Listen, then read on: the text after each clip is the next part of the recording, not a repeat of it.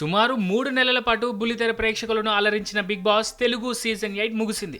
September 1న ప్రారంభమైన ఈ reality షోకు December 15తో end card పడింది.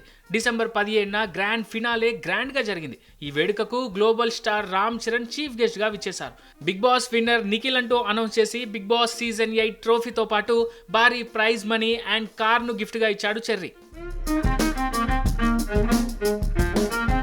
ఇక పేరుకు కన్నడ నటుడే అయినా తన ఆట మాట తీరుతో బిగ్ బాస్ ఆడియన్స్ మనసులు గెలుచుకున్నాడు నిఖిల్.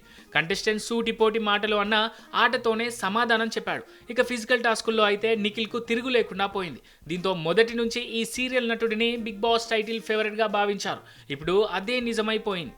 ఇక బిగ్ బాస్ ట్రోఫీతో పాటు 55 లక్షల రూపాయల చెక్కును అందుకున్నాడు నిఖిల్. ఈ మొత్తంతో పాటు బ్రాండ్ న్యూ మారుతి డిజైర్ కార్ను కూడా గెలుచుకున్నాడు.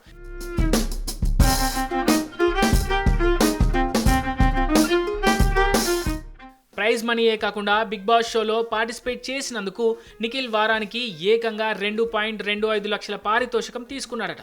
ఈ లెక్కన మొత్తం 15 వారాలకు గాను 33,75,000 రూపాయలు సంపాదించినట్టు తెలుస్తోంది. అంటే మొత్తంగా 88 లక్షలు నిఖిల్ సొంతం చేసుకున్నాడని సమాచారం.